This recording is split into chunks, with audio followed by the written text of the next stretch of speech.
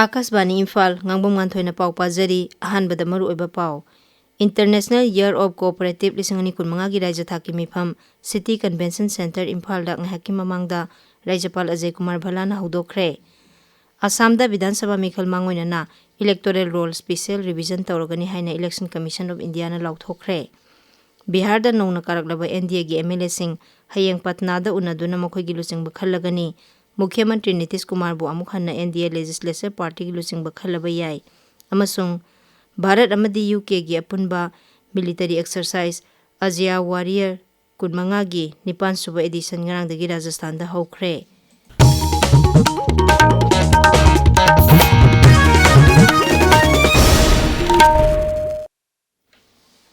International Year of Cooperative 2015 gi Rajya Thaki Mifam City Convention Center Imphal da ngahaki mamangda Rajyapal Priyokumar Bhalana hudokre. Mifam asigi nunggi wakhalonde cooperation gi khuthangda nungai yaifaba haibasini.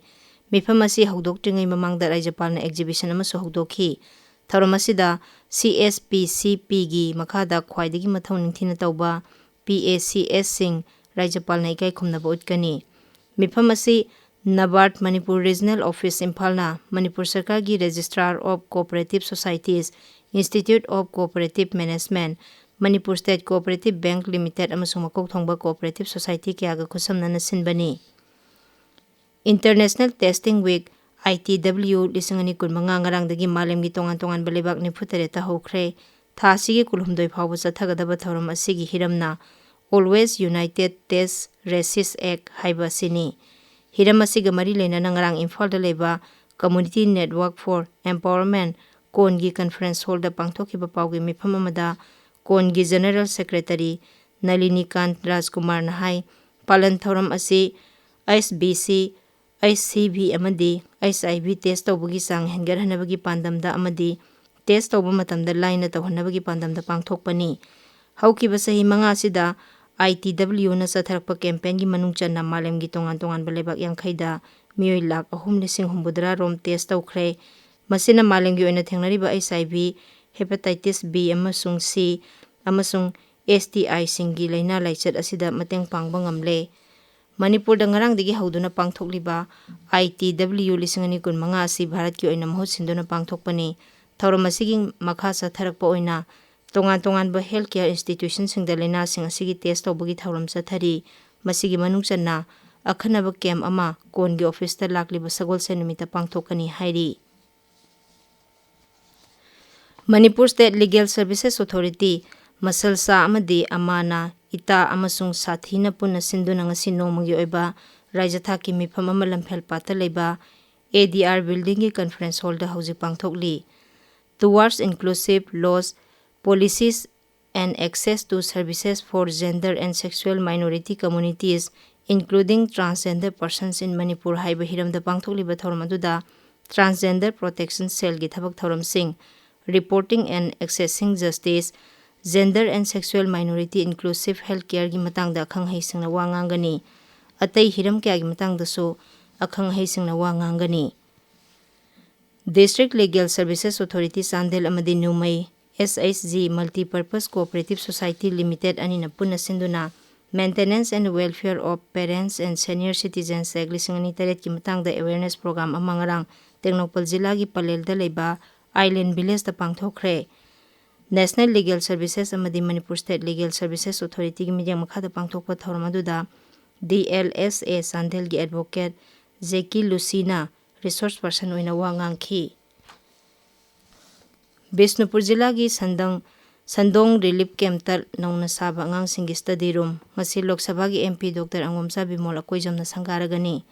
Study room asi MP Local Area Development Fund ki matengna sabani. Thoramadu da relief camp asida compartmentalization tawriba asisu MP na sangagani. Board of Secondary Education Manipur na mahiroi singda textbook matam chana phanghanaba Socialist Students Union of Manipur na dabi tawri.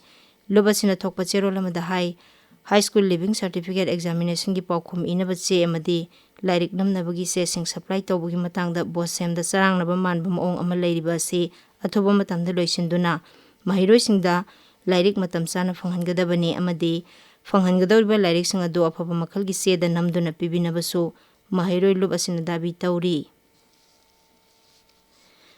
Jiribamdagi Imphal Jiribam lambida numit khudingi potchai thana yawba gari sing puthorakpa leptri.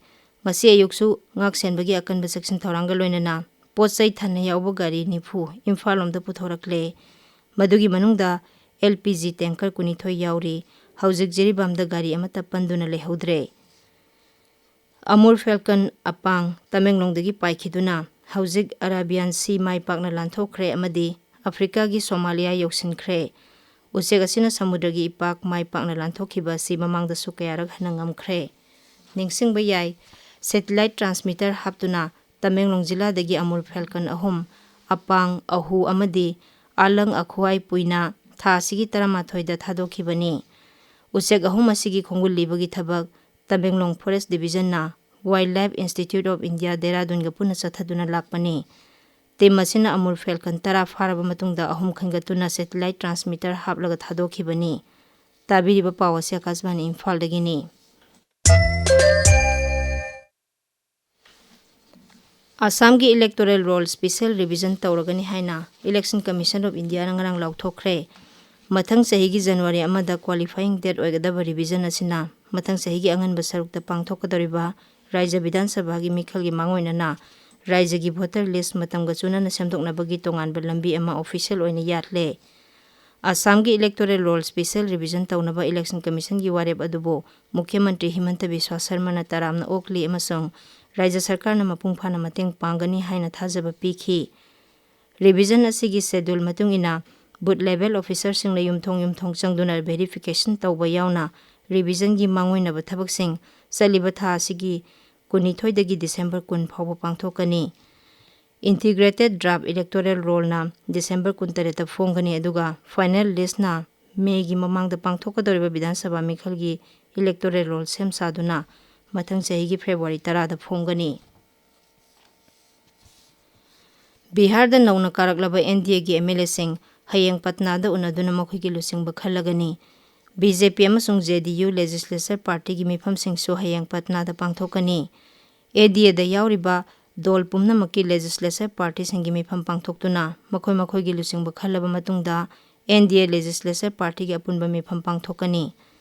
Anauba Mantri Mandol Sagolse Numita Patna gi Gandhi Maidan da wasak lawgani.